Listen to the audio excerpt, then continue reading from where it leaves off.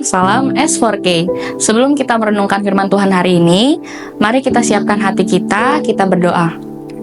Tuhan Yesus, terima kasih untuk segala kebaikan-Mu. Ya Bapa, sebentar kami ingin mendengarkan renungan kami. Tuhan yang berkati kami dan siapkan hati kami. Terima kasih Tuhan, hanya dalam nama-Mu kami telah bersyukur. Haleluya, amin. Tema renungan yang akan memberkati kita di hari ini yaitu ujian tentang kasih yang terambil dari 1 Korintus 13 ayat 1-13 yang bunyinya, sekalipun aku dapat berkata-kata dengan semua bahasa manusia dan bahasa malaikat, tetapi jika aku tidak mempunyai kasih, aku sama dengan gong yang berkumandang dan canang yang bergemerincing. Sekalipun aku mempunyai karunia untuk bernubuat dan aku mengetahui segala rahasia dan memiliki seluruh pengetahuan, dan sekalipun aku memiliki iman yang sempurna untuk memindahkan gunung, tetapi jika aku tidak mempunyai kasih, aku sama sekali tidak berguna. Dan sekalipun aku membagi-bagikan segala sesuatu yang ada padaku, bahkan menyerahkan tubuhku untuk dibakar, tetapi jika aku tidak mempunyai kasih, sedikit pun tidak ada faedahnya bagiku. Kasih itu sabar, kasih itu murah hati, ia tidak cemburu, ia tidak membanggakan diri dan tidak sombong.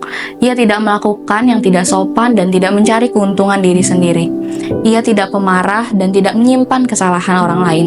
Tidak bersuka cita karena ketidakadilan, tetapi karena kebenaran, ia menutup segala sesuatu, percaya segala sesuatu, mengharapkan segala sesuatu, sabar menanggung segala sesuatu, kasih tidak berkesudahan. Nubuat akan berakhir, bahasa roh akan berhenti, pengetahuan pun akan lenyap. Sebab pengetahuan kita tidak lengkap dan nubuat kita tidak sempurna. Tetapi jika yang sempurna tiba, maka yang tidak sempurna itu akan menjadi lenyap.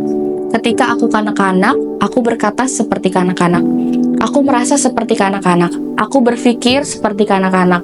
Sekarang, sesudah aku menjadi dewasa, aku meninggalkan sifat kanak-kanak itu, karena sekarang kita melihat dalam cermin suatu gambaran yang samar-samar.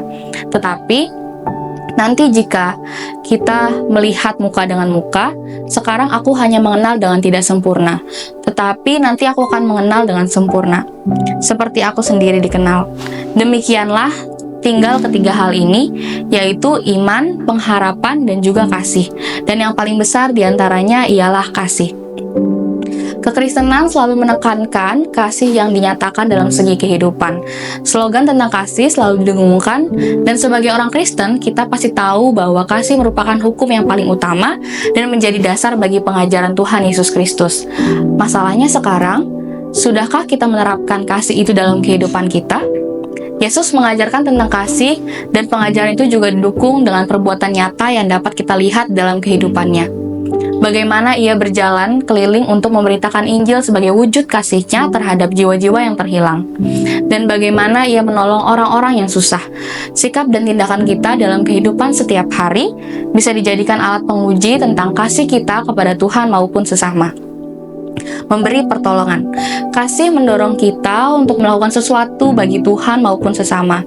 Alkitab berkali-kali menyebutkan bahwa bagaimana hati Yesus tergerak oleh belas kasihan-Nya, sehingga ia melakukan sesuatu bagi orang banyak yang memerlukan pertolongannya.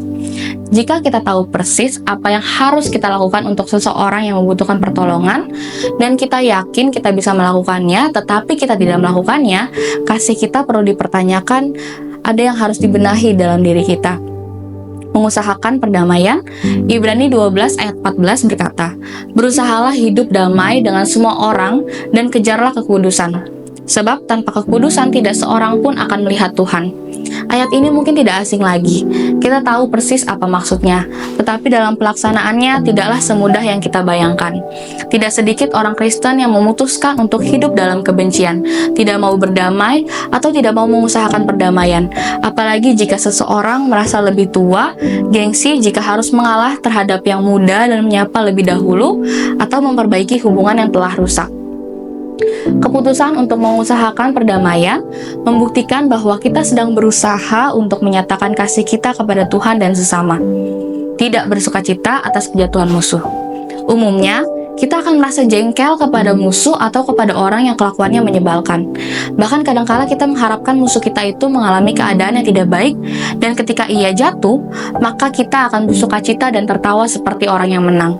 Tetapi, kita perlu menyadari bahwa sifat seperti ini menunjukkan bahwa ada sesuatu yang tidak beres dalam diri kita, khususnya di dalam hal kasih. Kita sebagai pengikut Yesus, Amsal berkata, agar jangan kita bersukacita jika musuh kita jatuh.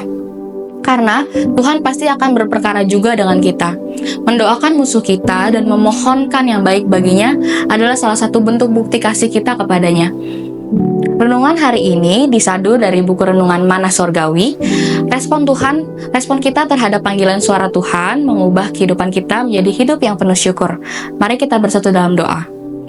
Tuhan Yesus, terima kasih untuk segala kebaikan-Mu. Sekarang kami telah menyelesaikan renungan kami.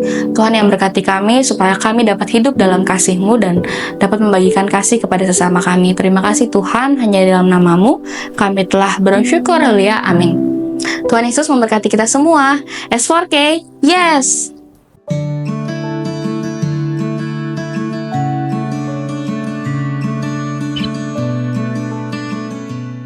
Kesaksianku S4K, S4K, yeah.